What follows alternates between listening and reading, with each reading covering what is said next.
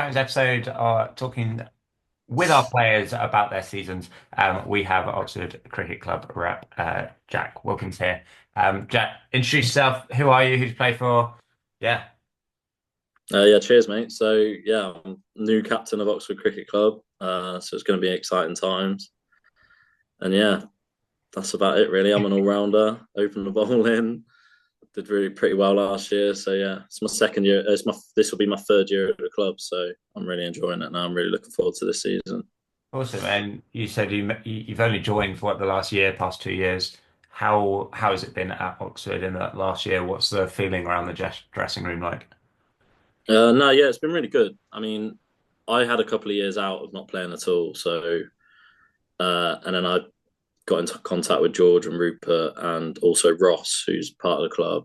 And they said, like, look, if you fancy a new challenge, like get amongst it. So I did, went to Winter Nets, and yeah, ever since then I've really enjoyed it. To be honest, like I came to the club only literally knowing George and Rupert, but yeah, I just felt like I fitted in straight away, gelled with all the lads. It's quite a good young mix as well, which is something that I never really was normally used to over the years. Well, going back over the years, I've always kind of been one of the youngest, if not the youngest, within like the first team. So it was quite nice to get within a mix where Mhm. where I'm actually one of the oldest, to be honest. And it was a bit like, oh my god, I'm not used to this. So, but yeah, no, last year was good. Really good bunch of lads. Really young, good environment. Everyone's really positive. We've got a lot of good characters as well, which Oh, kind of always helps. Some of them are even being some of the younger lads. They like to give it a good bit of chat, good bit of mouth, which I really like. I think it's always a good thing to do rather than, you see it. It's hard nowadays for a lot of young lads to really like get amongst it and get stuck in. So I'm quite glad that they've all really got the confidence for it, to be honest. do you think that helps with their performance on the field? Or as a group of people, does it kind of build some sort of energy? Yeah, no, I mean there was a couple of games last year where I mean we played Amersham away and it was a bit of a dogfight game, but the young lads just really got amongst it, and they started like we got a couple of quick wickets, and then we had them like really on the edge. We lost the game in the end, but it was very tight. But they just fully got stuck in and got stuck at it, and I was thinking, 10 years ago, if these 18-year-old lads were getting amongst it or saying what they're saying out there now, it had just been a completely different scenario to what it actually was. So it was nice to see, to be fair. It was really good. I'm glad they had the confidence in themselves Mm. to give it a little bit. Do you know what I mean? So, Yeah. but yeah, And no, it's good. how important do you think it is for a side to have that blend of kind of youth, but also some more experienced players as well? No, I think it's really good because the older lads kind of have the old like laid back, chill out and just observe kind of look, whereas some of the younger lads are obviously like bouncing around the walls kind of thing sometimes. Or getting them to just be quiet for like 5 minutes is a bit of a task sometimes, Yeah. as they love a chit chat. But no, I think it's good. I think it's always good to have a good balance, and then obviously it helps even just on the field wise things like athleticism, things like that. Like some of the younger lads are a lot more Mhm. fitter and agiler than some Mhm. old fatties like me, really. So, but no, it is good. I think it's always very important to have a good mix, Good. Okay. especially especially in yeah the level that we're all at now, and they're all very good players, so that And helps as well. home counties, Premier League, Division Two is still a strong standard. How was that standard last year? How did you guys compete? How did you do as a team last year? Um, yeah, I thought we how we finished with where we finished in the table, like it looks a little bit underperforming, but there was still so many signs of just good cricket being played. I mean, our pink ball was so strong. We were just so strong on the pink ball. I think we won. I think I can't remember the exact numbers, but I think we won four of the first lot of pink ball, Mhm. and then we were feeling really strong. We were having chats about right, we could really be in contention here. Let's try and look to get promoted. Blah blah blah blah blah. And I don't want to say we got a little bit ahead of ourselves because I don't feel like that was the case. I just feel coming into the Red Bull, we breezed past Chesham first game. And it was kind of like we were thinking, yeah, this is going to keep.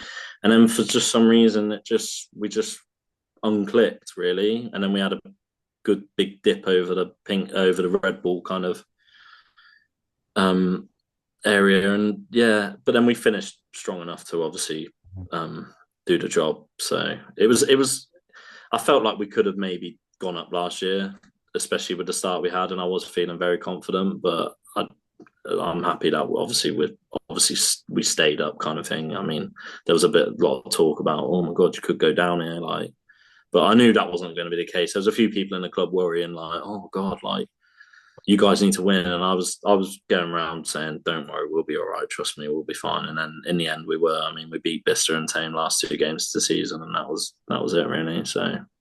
And Harefield and it was Stoke, wasn't it, got promoted. How did you fare Yeah, against them in the season? yeah, Harefield, a very strong outfit. To be fair, we expected that. I mean, we kind of said even like this time last year, like, look, Harefield are going to be strong this year. Obviously, they came down from Div One. They've always kind of been a good, strong side. They've got a lot of good players as well. And their overseas was a very good player as well. So that obviously also helps. Stoke Green, the same. I'd never personally played against Stoke Green before, so I didn't really know what to expect. But yeah, they surprised us really, and I think they probably surprised a lot of teams in the league, to be honest, not just us. So, and that's obviously probably half the reason why they got promoted, I guess, because I think maybe some people did underestimate them, to be honest, Okay. and I probably think we kind of did in a way. So Okay, so then I think no. First, we'll go through the successes. What were the highlights of the season? Any player performances? Any team performances that you're really proud of? yeah, I mean there was a good handful really. I'm not even just there was even just important um, individual performances, not even just necessarily being 100 or fifers and things like that. But yeah, I mean, Jack Hobbs, he was new to the club last year. He really fitted in really well. He ended up being our top run scorer. He just jibbed a few hundreds, really. He couldn't really quite get the last 20 runs needed. But no, he got us some very important runs throughout the year. I think he finished with four fifties, I think, Okay. and a couple of them were like 80s. So they were important games. And then obviously we had young Will Ashton from Australia. He came over. We didn't really know what to expect with Will, and he fitted in like an absolute glove. He just went straight in, got really amongst it. Loved the chat, and yeah, he came in with some really important runs for us as well. He got 100 against Slough, and then probably the highlight of the year was last game of the season against Tame. He finished 99 not out, I think it was, and he gave up the strike for the last two balls of the innings to get us to a better total, really. So Mhm. instead of keeping a strike and getting 100 in the last two balls of the game, he he left it to the other guy. I think it was Subban. I think he left it to Subban the other end, and he finished 99 not out. So to me, that just shows how much of a proper big team player he was, and like gutted he's not back again this year, but he yeah, that just shows how much like the team meant really. And I mean, he walked off that pitch that day, and we were all like, oh, "What are you doing, man? Like, come on! Like, the result of the game doesn't really matter today. Like, we're not getting relegated, but at least get your 100, mate." And he was like, "Nah, it's all right. I just want to get the win." So you know, he was a good lad. And then George chipped in. Obviously, George he got 100 against Amersham, I think it was in the pink ball, one of the first pink ball games. And then myself with the ball, really, I picked up a couple of fifers, and that was about it. And then George obviously chucked in with the wickets. I think he had about two or three less wickets than me over the course of the year. So yeah, it was good. But yeah, and there was still a lot of individual good performances that weren't just like standouts. I mean, Alfie batted with me against Bicester away for 20 overs Mm. to try and just keep us alive, and it just showed real guts from a young lad. He was 17 then, but he's 18 now. So to come in when the pressure's on, knowing that if we lost that wicket, we're really stuck. And then we both finished not out, which gave us good going into bowling at them really. So yeah, there was a lot really. I could go on about everyone really.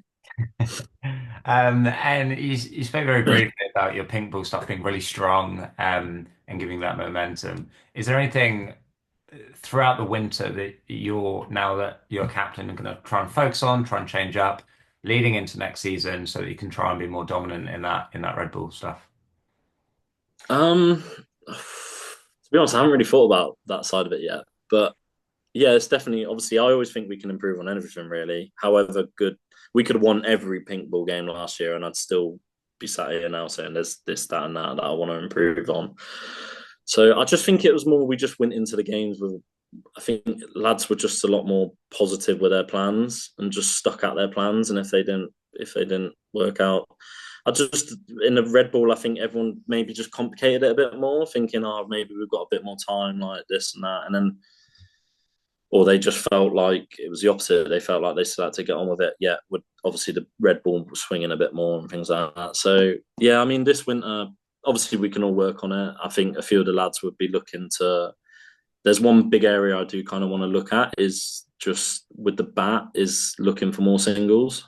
I feel like at times last year we were very much trying to hit through the fielders, and it was obviously just always go into a fielder rather than looking for a little gap or whatever. And just being happy with ones and twos rather than just you don't have to always hit fours and things like that. So I think that'll be one aspect that we do very much work on this winter and even coming into pre-season really is looking to score more singles, looking to just score off more balls really, even if it is just a one or a two.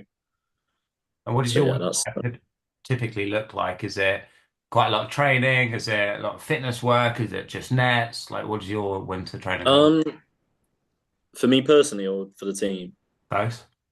Um I feel like really wintertime is just I'm very heavy on things like grooving. So if you're a batter, just try and hit as many balls as you can. Try and get right back into the rhythm of it. Same with the bowlers, really, but obviously not doing too much with the ball. Obviously, me personally, I don't really like to bowl too much. I'd rather, especially in the summer, I would rather save myself for the Saturday. Um, but then I would still utilize when I do bowl. So if it was today in the net session, I'd rather put myself up again. I'd rather be bowling at say the top five batters and just put all my energy into that. And then obviously when it comes to some of the other lads, I'll maybe just get sidearm out and things like that. But I say to them, look, don't take it personally that I'm not bowling at you. I just want to obviously benefit them lads, which I think is a good thing to do. But yeah, I just feel like I would feel like the fitness side of things, I'd leave it to the individual. I mean, there's a lot of people out there that don't really like doing the fitness. That's just how it comes. Like, but if you obviously want to stay on top of your game, then you need to have the bit of the drive to stay fit and get fit. We will still do the odd bit of fitness. I'm all for it. If all the lads get amongst it, I think it's sometimes you can have a good laugh from it and things like that. Really. So, and I think that's just as important. But yeah, no, just heavily on just skills and grooving and that really. Just batters trying to hit as many balls as possible, trying different maybe scenarios. Maybe if it, I mean, we've got the 2020s coming up first thing in the year, so could have a little fun half an hour session of maybe just trying to hit the absolute pants off of it, try and hit everything for six kind of thing. Just little things like that. Whereas you're still working on things and you're still having a bit of fun doing it really. So just trying to stay positive with it all. Nice. A lot of the clubs that we've spoken to have said that actually their winter prep is more socializing than it is training, just to gel with that squad. Yeah, no, yeah, I feel that's really important as well. I mean, I'm going to obviously, I'm not even myself. Everyone at the club's obviously trying to encourage everyone to get to nets. I mean, we're not expecting everyone to get to every single session. Do you know what I mean? Everyone's got a life still. At the end of the day, we're still just club cricketers. We're not in a contract or whatever. So if I mean, a lot of our sessions are on a Sunday, I think. Obviously, which is quite a bit of a difficult time because obviously people might have plans on a weekend. But I've said to the lads, like, look, if you can get there, if you can get there, if you can't, then obviously it's no big deal. But obviously, try and at least get to as many as you can, really, and then obviously have a good social side of it. And then even if it leads to just like a handful of us going for a beer and things like that after, really, just stay amongst it. I mean, the AGM was good the other night. There was good 10 of us that just stayed there at the end and just had a beer and just chatted, which I always think is a really good thing to do, really, rather than just obviously people just getting off the moment things are finished. So Nice. But Yeah. yeah. Okay. So now that you're captain, what are the plans for next year? Are you looking to win the league, get promoted? Are you looking to be a strong kind of top marks? Is it battling for relegation? Like, what's the plan for next year? Where do you want to finish up? No, I totally think that we could easily get promoted. To be honest, I mean, I don't see why we can't. I'm not going to sit here now and think, oh no, I want to just stay middle of the table kind of thing. I think the lads are all good enough to perform at that level. I feel like the majority of the boys are all good enough to take that step up into Div 1 as well, and it'd be an exciting time for everyone.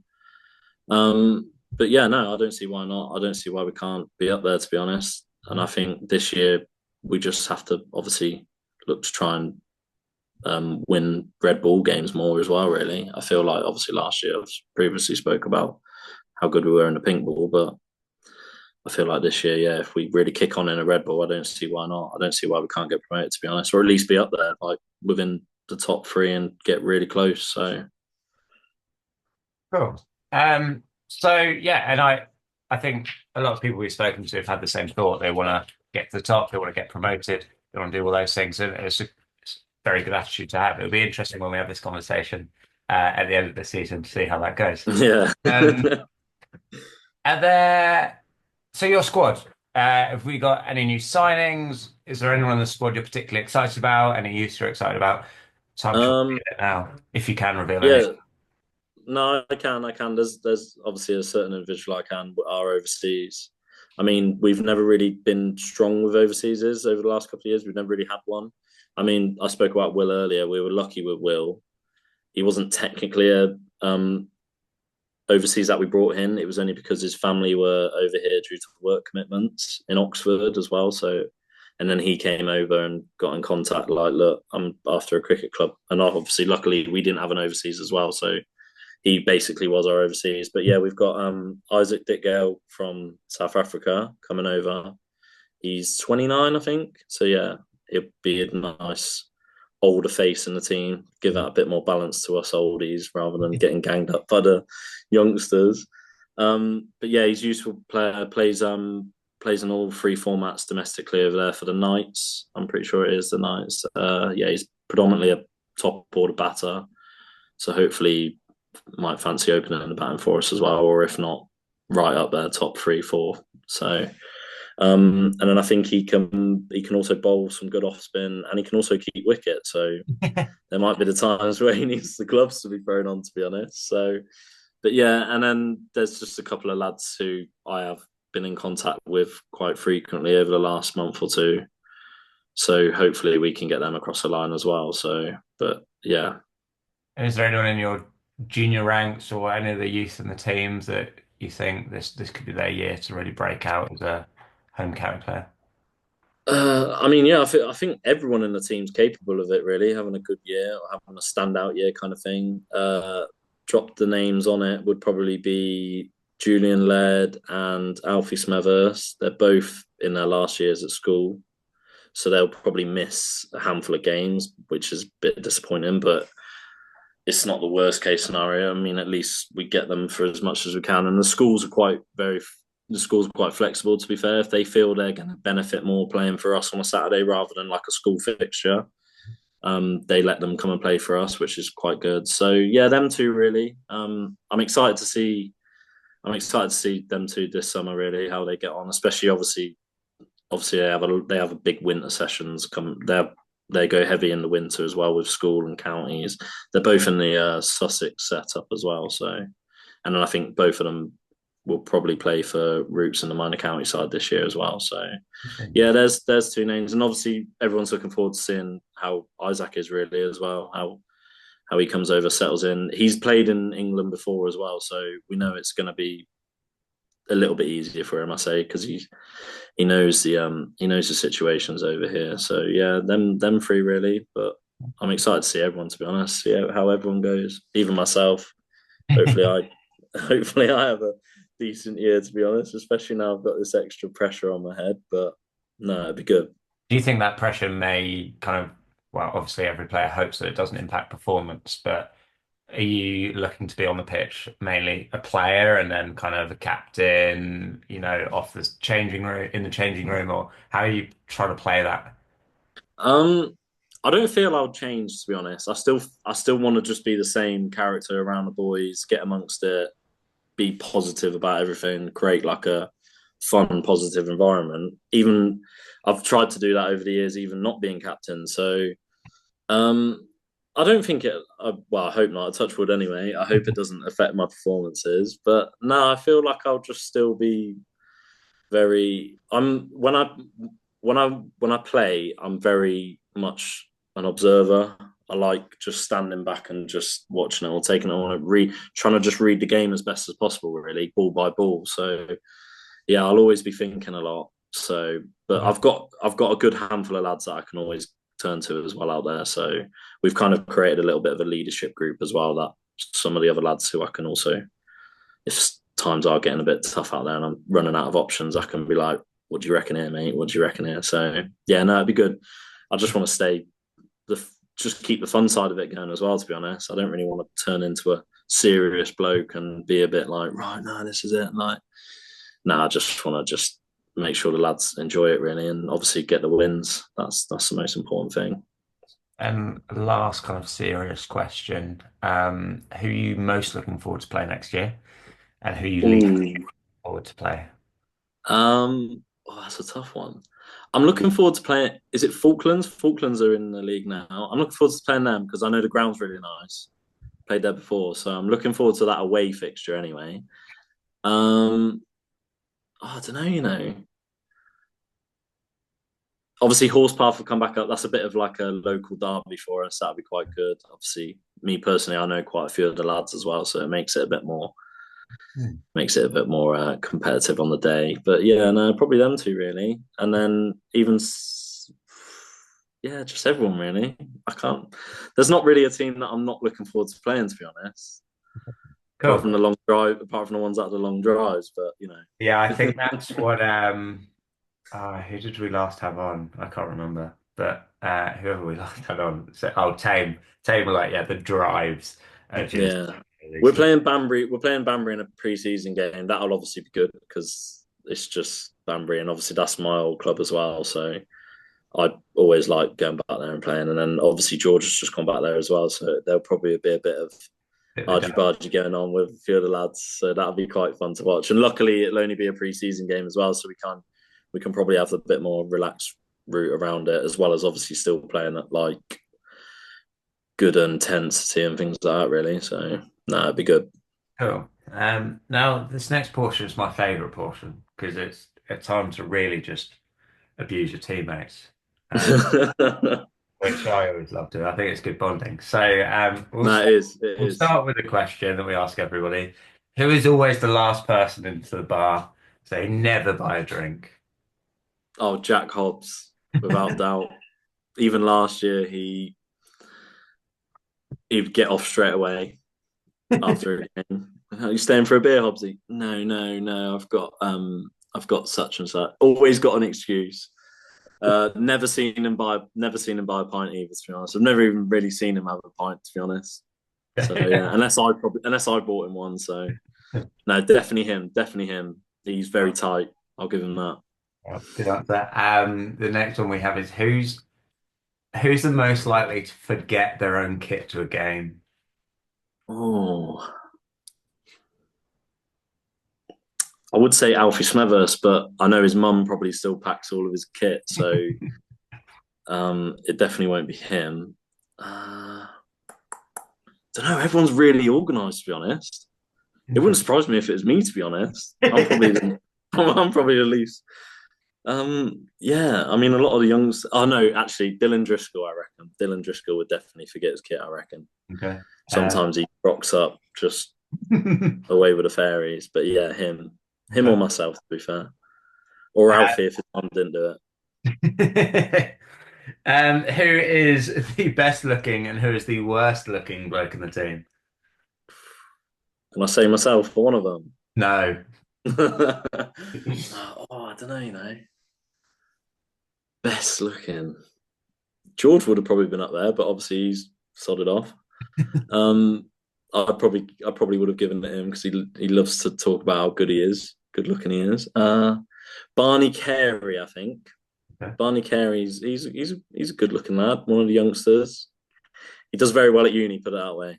Okay. Well, from what he tells us, so we have to just go with what he says, really. But Cool. yeah, probably Barney being the best.